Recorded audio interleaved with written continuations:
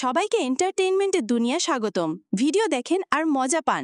ভিডিওগুলো ভালো না লাগলে কমেন্ট করে জানিয়ে যাবেন। নাম্বার 1। কি হো বাইস্তা ফাঁকা ফাঁকা আর তো করে সাদা তুমি কি বিড়ি নাকি?